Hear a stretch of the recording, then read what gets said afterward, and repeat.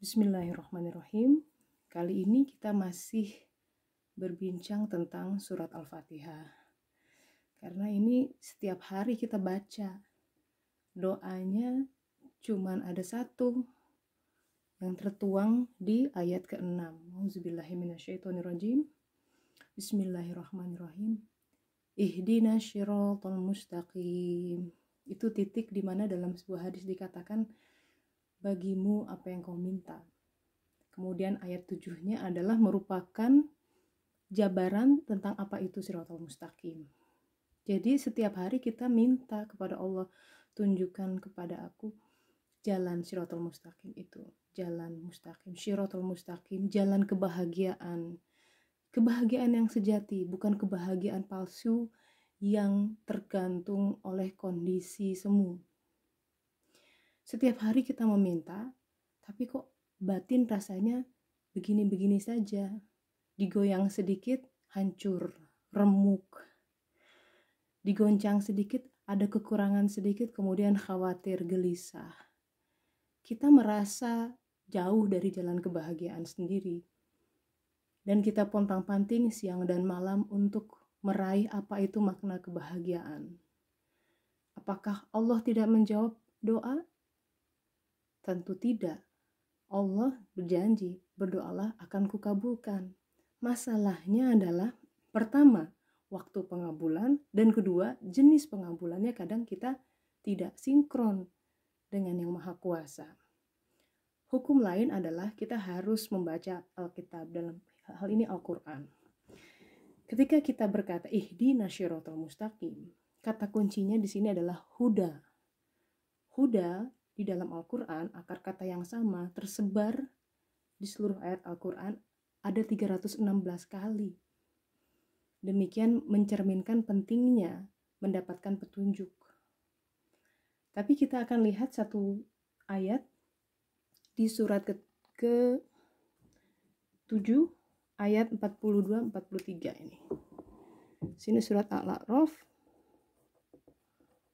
ayat ke-42 sampai 43, ini berbicara tentang orang beriman.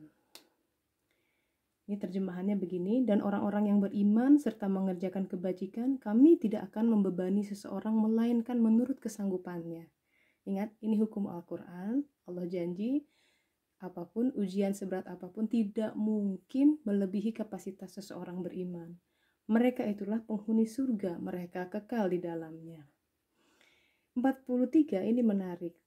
Adalah tentang kami mencabut rasa dendam dari sudur mereka. Jadi kata kunci adalah sudur, dan setelah dicabut dendam itu di bawahnya mengalir sungai-sungai. Mereka berkata segala puji bagi Allah yang telah menunjukkan kami ke surga ini.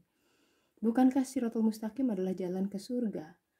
Huda itu terjadi, petunjuk itu salah satu faktor yang barangkali kita kok tidak serasa tidak membaca petunjuk.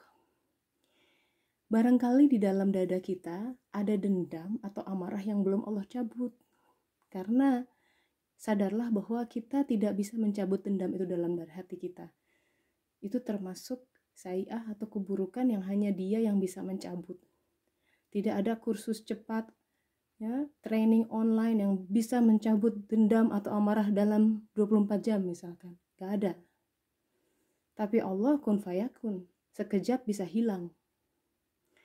Nah, di surat Al-A'raf 42-43 ini, jadi ada satu faktor penting yang kita harus berkaca. Jangan-jangan petunjuk itu tidak terbaca karena hati kita masih menaruh dendam atau dengki sama seseorang. Kejadiannya sudah bertahun-tahun yang lalu, tapi marahnya membara. Kita bisa rasakan setiap kali kita melihat orang itu, mendengar namanya disebut, atau ingat kembali ke peristiwa itu, membuat ada gemuruh dalam hati kita, marah yang meluap. Itu dendam.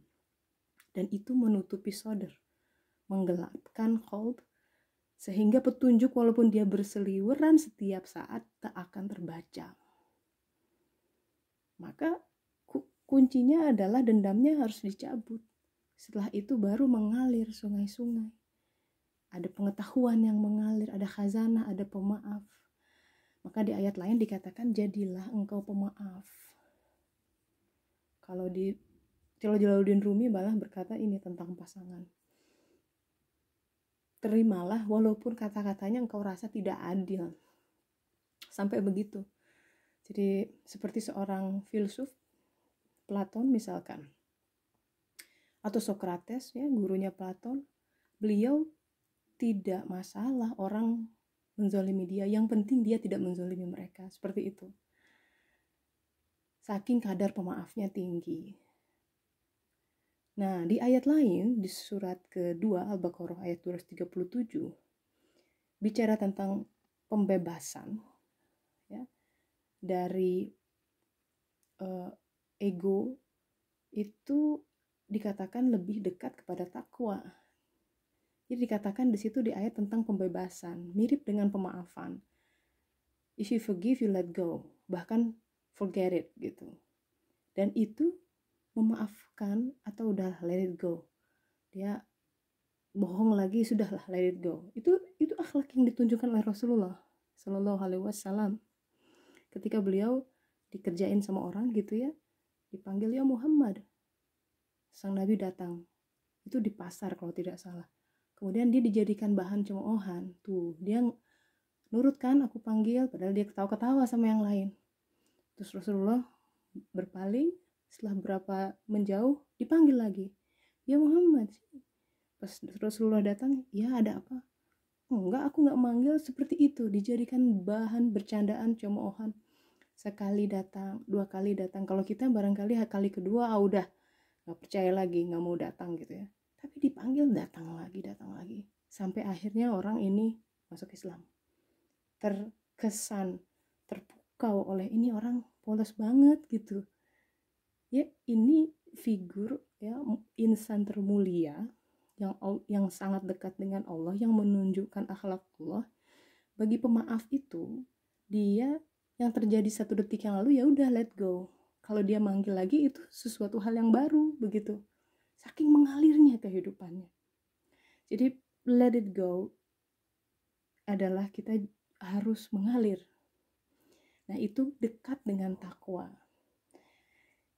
Bicara tentang takwa ini karena jelang Ramadan, biasanya sebelum bulan Ramadan datang kita meminta maaf. Nah, dari skema ini kita kemudian bisa lihat ilmu di balik itu, ada reasoning. Kita mesti benar-benar minta maaf.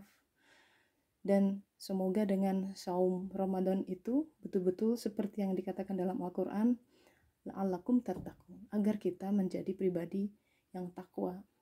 Ciri takwa apa? Yang paling utama, orangnya sangat betul-betul tawakal. Kita bersandar 100%. 1000% sepenuhnya, setiap every fiber of our being, setiap sel kita sandarkan kepada Allah Ta'ala. Dan itu adalah sebaik-baik penyandaran. Kita pontang-panting, kita terjerembab dalam kehidupan, kita sedih, kita hancur hati karena salah menyandarkan sebagian atau sebagian besar aspek dalam kehidupan di hati kita. Demikian, semoga bermanfaat. Assalamualaikum warahmatullahi wabarakatuh.